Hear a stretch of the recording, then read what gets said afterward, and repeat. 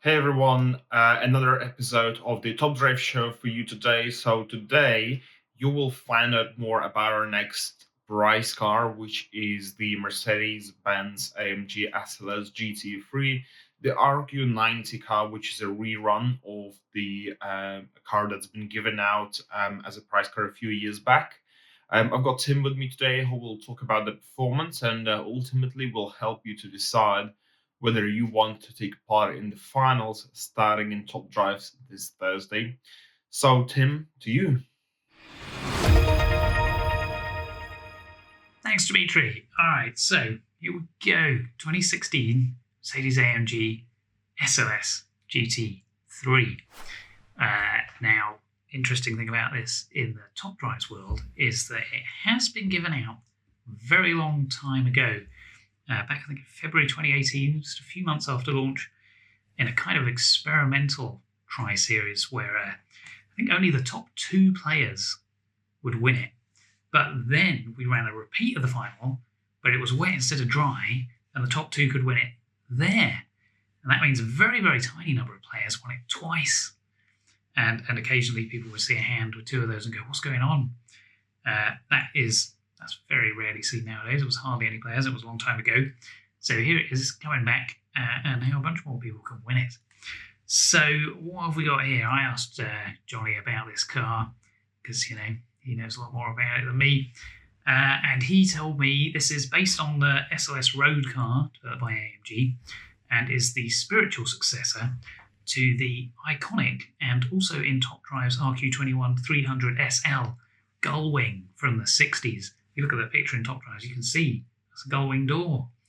Yeah, it's pretty cool. Anyway, so SLS GT3 first raced in 2010, 86 cars made, and enjoyed race success around the world. Johnny also recommends going on YouTube and looking up a SLS GT3 noise video because it sounds great. Everything I know about Top Drives, or cars rather, I learned from the game. The game doesn't do noises. I don't know anything about how cars sound. They all sound the same in Top Drives. Anyway, so check that out. I did have a look. Sounds pretty good. So let's see how it performs.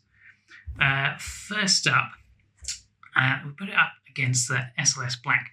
This is a textbook example of MRA, right? Take a look at this. The SLS Black has the advantage in 0 to 60, but the 100 MRA in the 60 to 100 range of the SLS GT3 pulls it through by the end for the victory. So that is really one of the big tricks it has up its sleeve.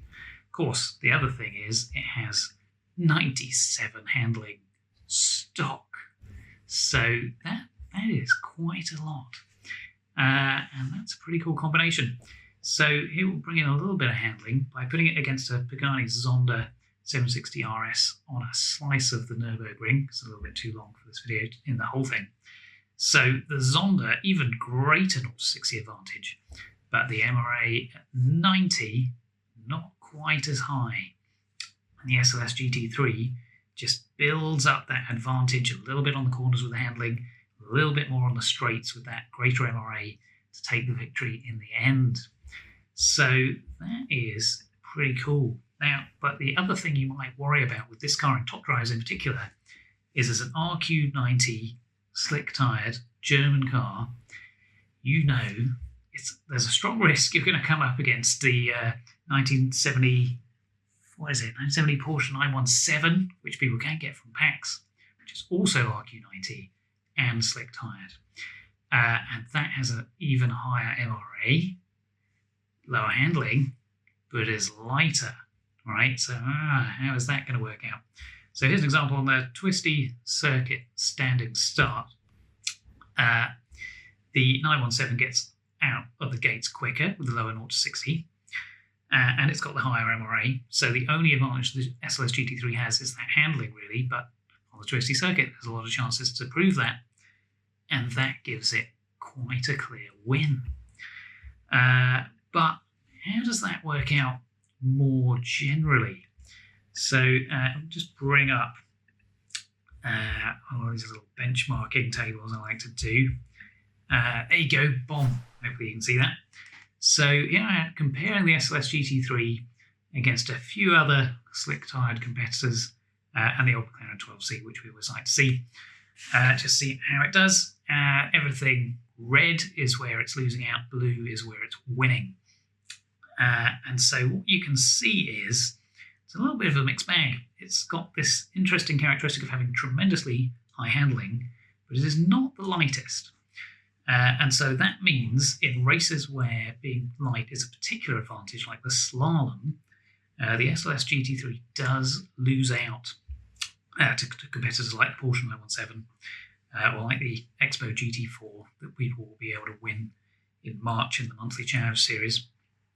However, in races where the weight is less important than the handling, it can still come out ahead, notably the G-Force and car park, even against the Moby Dick, another likely competitor that you'll see in German events that slick tyre cars can get on. So yeah, it's got some interesting characteristics. It's extremely powerful if used correctly. And yeah, it's the first chance in a very long time to win this car. Hardly anybody's had it before. Like I say, only the top 2 out of 500 won it, and they had 2 chances to do so. So yeah, good luck everybody with that. My Acura hand is terrible. Pretty sure it's going to be Acura. Been playing for a long time, never got that Acura NSX. Don't know if that's going to be useful in the final or not. I don't know what the requirements are, but a little bit worried about that. Yeah, anyway, good luck to the rest of you and enjoy. Thank you very much, Tim. That's it for today, guys. This was the showcase of the SLS GT3 prize car. Do not forget to subscribe to our YouTube channel for more Top Drives content and live streams, and follow our social links. I'm wishing you good luck in those try series, and I will see you next week in the next episode of the Top Drive Show. Bye-bye.